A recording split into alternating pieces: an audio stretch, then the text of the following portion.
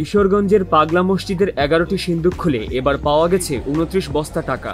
দেশি টাকার পাশাপাশি সেখানে ছিল স্বর্ণালঙ্কার সহ বিদেশি মুদ্রাও। শনিবার সকাল ৭:৩০টার দিকে সিন্দুক খুলে টাকাগুলো বস্তায় ভরা হয়।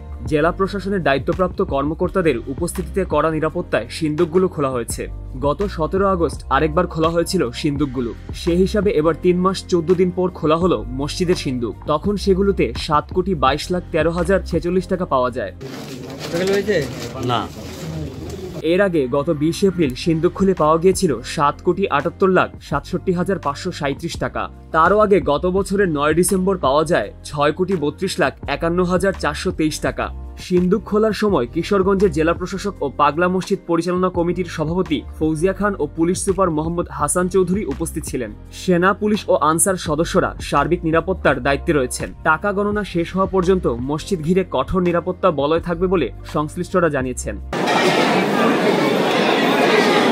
অতিরিক্ত জেলা ম্যাজিস্ট্রেট মিজাবে রহমতের নেতৃত্বে বেশ কয়েকজন নির্বাহী ম্যাজিস্ট্রেট টাকা গণনার কাজ তদারকি করছেন। তাছাড়া দুটি মাদ্রাসার প্রায় ২৫০ শিক্ষার্থী, ব্যাংকের ৭০ জন কর্মী, মসজিদ কমিটি ও আইন শৃঙ্খলা রক্ষাকারী বাহিনীর সদস্য সহ প্রায় ৪৫০ জন লোক টাকা গণনার কাজ করছেন।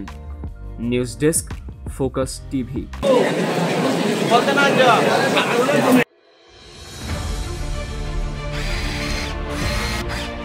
আলোতে থাকুন, ফোকাসে থাকুন, হাত রাখুন প্রজন্মের হাতে।